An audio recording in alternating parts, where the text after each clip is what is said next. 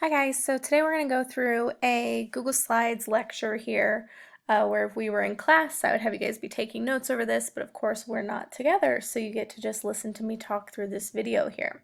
So we're starting a new unit, it's called the Cold War, and it's this conflict that lasts for over 40 years. So it starts in 1945, right at the end of World War II, and it lasts until around 1989.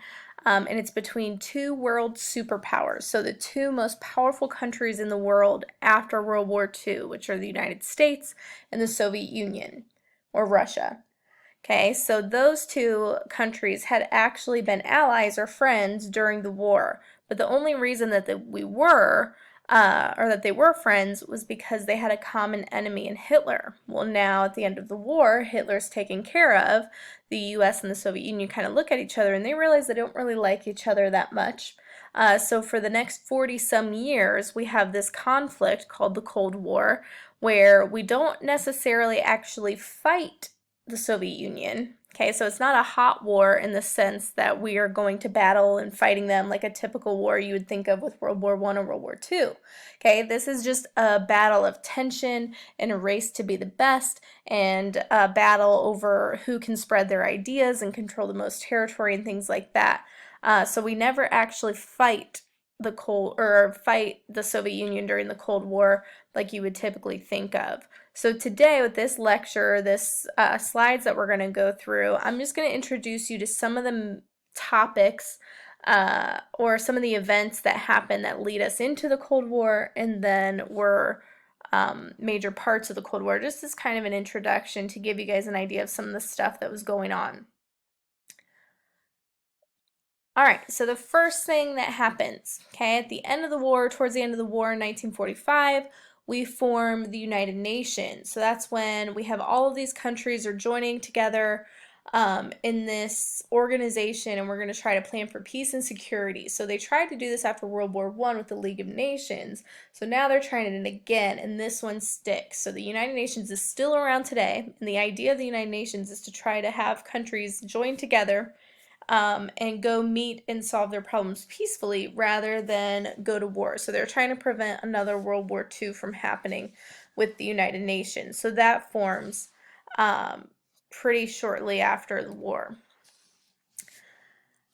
At around the same time where this UN was formed, the Yalta Conference took place, and this is actually where they decided they were going to go ahead with the United Nations.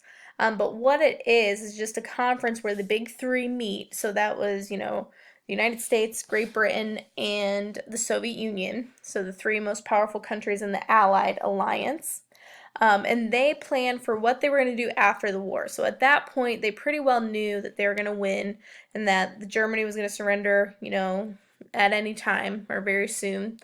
So they wanted to have a plan in place for what they were going to do when that happened. So they decided that they were going to divide up Europe and that they were going to take Germany's territories and they're going to kind of split them up. So Germany itself was going to be split up into 4 different territories. So the United States would take a zone, Soviet Union would take a zone, England would take a zone, and then France, another ally, would also take a zone. So Germany would be split up into 4 different zones after the war.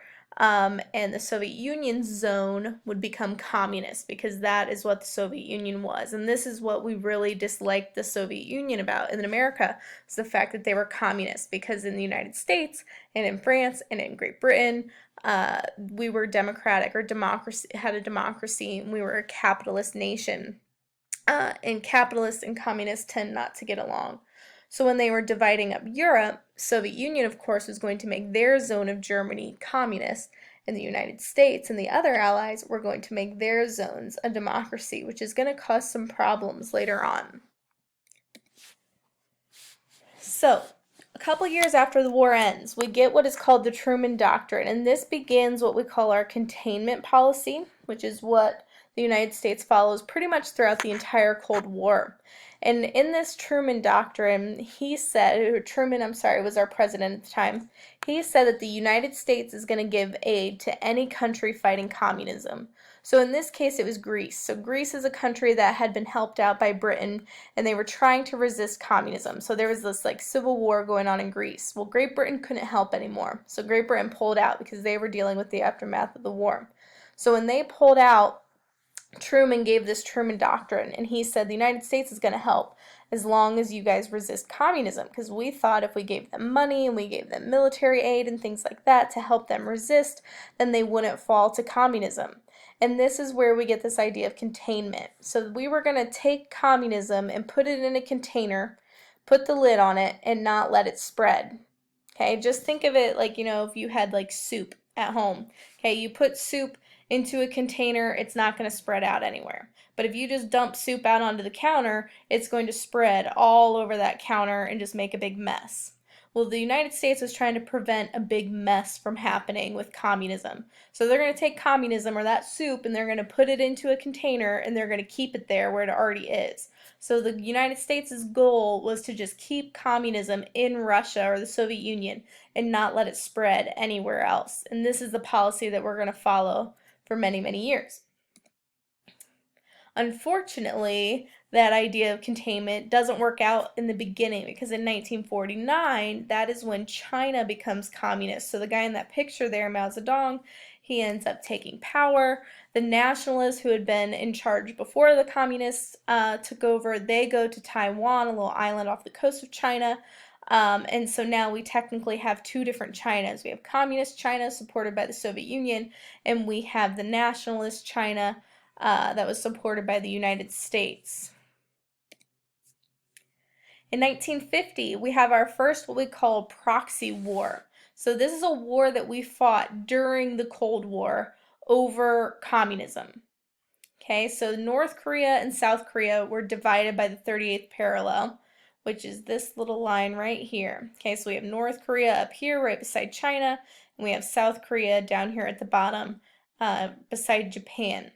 Okay, so in 1950, North Korean troops crossed that 38th parallel into South Korea, and what they were trying to do was take over South Korea to unite Korea back as one united Korea.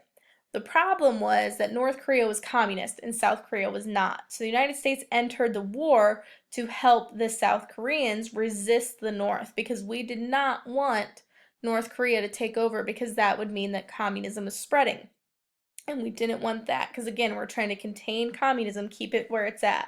So the whole purpose of the Korean War and why the United States fought it was to contain communism and to help the South Koreans resist the North.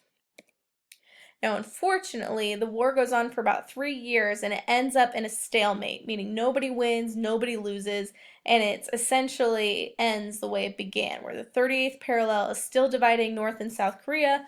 North Korea is still communist, South Korea was still not, remains that way to this day.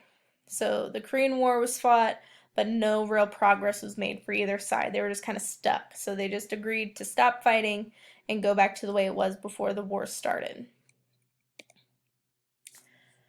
In 1959, then, we're going to skip ahead a little bit here, Cuba becomes communism when Fidel Castro takes over in Cuba. So he leads this revolution. Now, the reason why we care, especially in the United States, is if you look at this little map here, shaded in red is Cuba, and then we have the United States very close by. So Cuba is about 80 to 90 miles off the coast of Florida. So it's really, really close to home here in the United States. So when Cuba became communist, that was very shocking to a lot of Americans and very scary to a lot of Americans, because they did not want communism so close to home, because they thought that it would cause some problems for us later on, which it eventually does. In 1961, then, we get the Berlin Wall being built, and this is what divides Berlin in half. So we have communist Berlin on the one side, democratic Berlin on the other. Because if you remember when I was talking earlier about the Yalta Conference, they divided Germany up into 4 zones. Okay, so the Soviet Union had a zone, the United States, Great Britain, France each had a zone. Well, the United States, Great Britain, and France united all 3 of their zones into make one country called West Germany. Okay, then the Soviet zone remained by itself, and they called that East Germany. The West Germany, controlled by the US, was democratic, or a democracy. East Germany, controlled by the Soviet Union, was communist. Now, within East Germany, we have the capital of Germany, which is Berlin, so city of Berlin. And they did the same exact thing. So this graphic here kind of shows you on the one side, we have the Soviet zone that was communist called East Berlin. On the other side, we have West Berlin that was controlled by the United States, France, and Great Britain. So they united all three of their zones to make West Berlin, which was democracy. So everybody in East Berlin was trying to rush over here to be in West Berlin to try to escape the communists because they didn't want to live in a communist state anymore.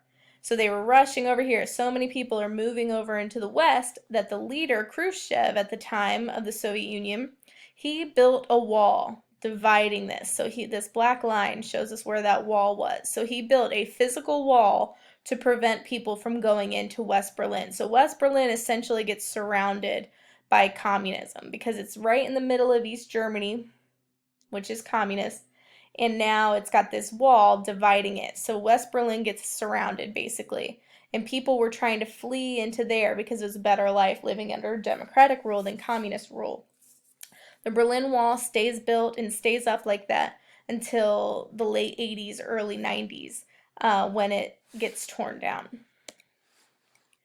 1962, we have the Cuban Missile Crisis. You guys will do an assignment on this later on in the week.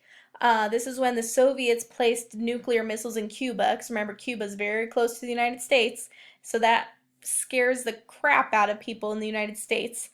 President Kennedy orders them removed. 13 days, people are on edge, nervous wreck, thinking we're going to be nuked by Cuba or by the Soviets at any minute, because those nuclear weapons that are placed in Cuba could reach pretty much anywhere in the United States. So it's a very, very scary time. People really believed that we were about to be bombed by the Russians.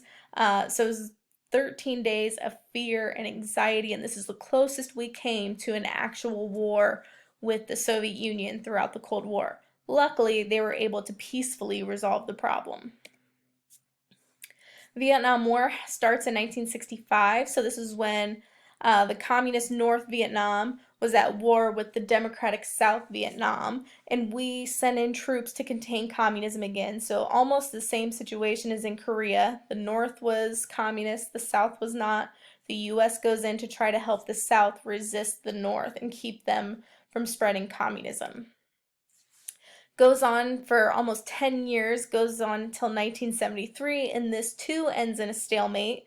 As the United States is leaving, Vietnam ends up being reunited as a communist country 2 years later. So eventually we kind of failed in the sense of containment because communism did in fact spread to the South.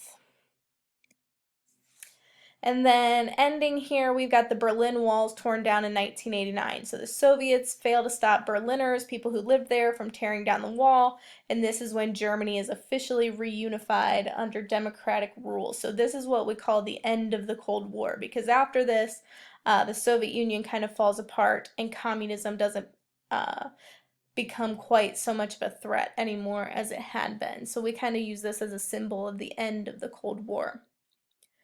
Now, I kind of skimmed over quite a few details, obviously, and there's tons more stuff that goes on over the 40-plus years of the war, but I wanted to give you guys an introduction just to give you an idea of some of the things that were happening, why they were happening, and as we go through the next few weeks, you are going to learn quite a bit more about all of these events that took place. So as always, let me know if you guys have any questions. All this information can help you in your interactive notebook and other assignments you need to complete throughout the week. All right, goodbye.